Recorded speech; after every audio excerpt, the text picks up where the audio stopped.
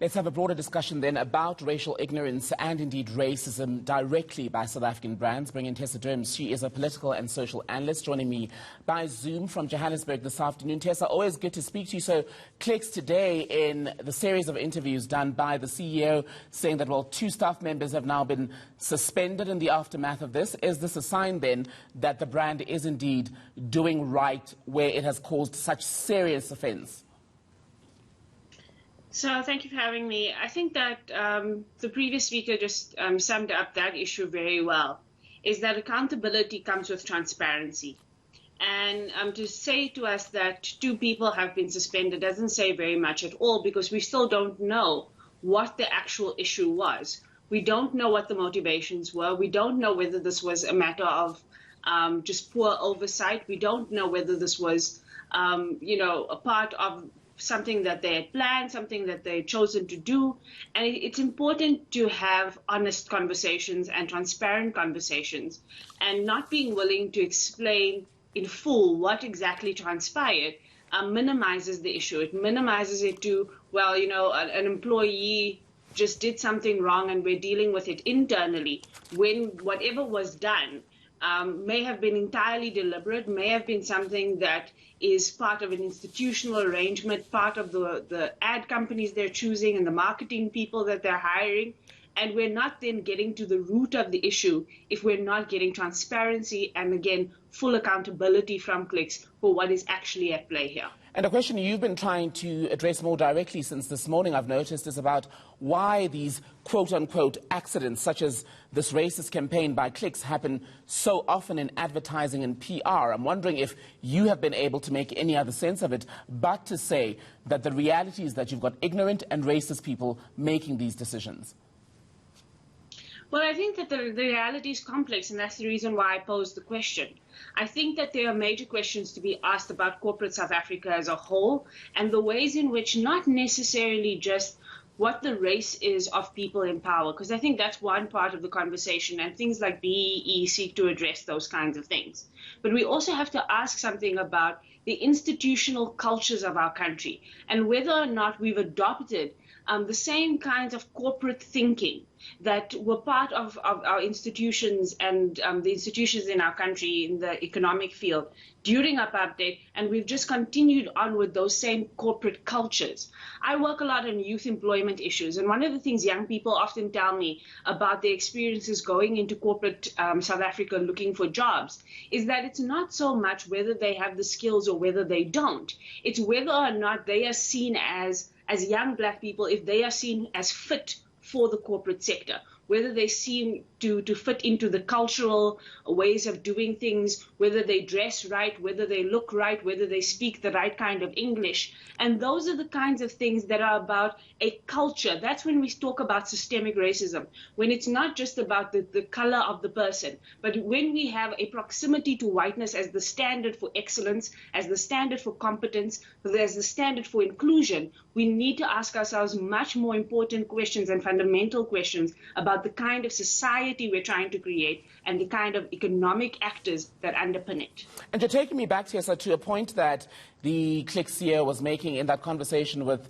my colleagues Bradan Moyane and Yuveka Rangappa, where Yuveka asked who are the people who were working on this campaign, who was behind the decision, and he, yes, did not want to say if it was a black or a white person who made the decision, but stressed that the team included white people, it included black people. But as you say, to what you're saying now, the reality is that the presence of a black person or black people on a team that makes such decisions does not guarantee that a campaign that is racist or offensive in other ways would not see the light of day. Same way that having a woman present, for example, doesn't necessarily mean that a brand will understand the gender dynamics in the country.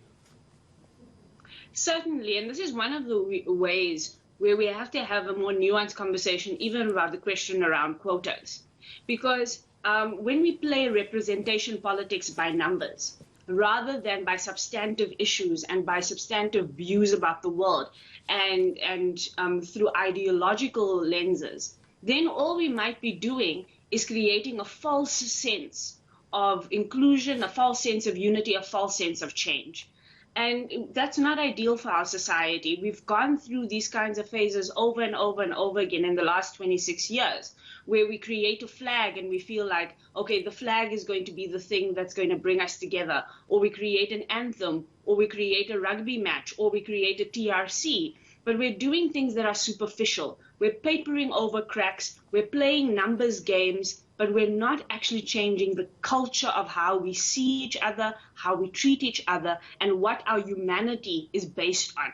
And until we really find a way to have that conversation, we're simply just playing the game of numbers and who's representing who in the room, as opposed to what the issues are. To whom then do we take the conversation about the lack of consequences? We know H&M happened, one of the, I can't remember the name now, but a soap brand, a beauty soap brand, also had a racially offensive, if not just straight out racist campaign. There was outrage for a few days. It then passed.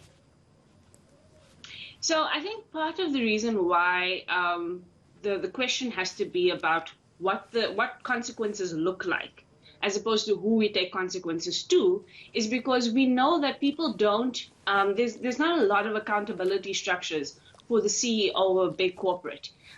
Yes, he or she might need to appear to their shareholders or to their board members, but who those people are is even far removed from the people who suffer an offense in this case. And so the one power that people do have is the economic power of where they spend their money. But in a country like ours, where you spend your money is at the heart of the issue. That who has the power to distribute nationally in this country when it comes to hair products? Clicks is at the top of that list. So how do I then, as somebody who's sitting in Uitenhage or somebody who's sitting in Kwaggafontein, how do I make a stance against this big corporate giant who's the only one bringing certain products into my community, other than withholding my rands and cents, other than making a statement about, where I can spend my money? But then the question is, if I don't get it from you, where do I get it from? And while we hate the phrase white monopoly capital because it's part of rhetoric, we have to realize that we do have a monopolistic economy.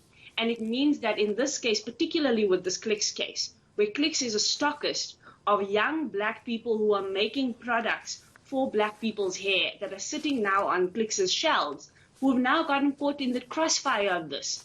There's a lot of economic implications to this, and that we cannot overlook those things because it has real consequences for the nature of our economy right now, but more importantly, the economy we want to build going forward.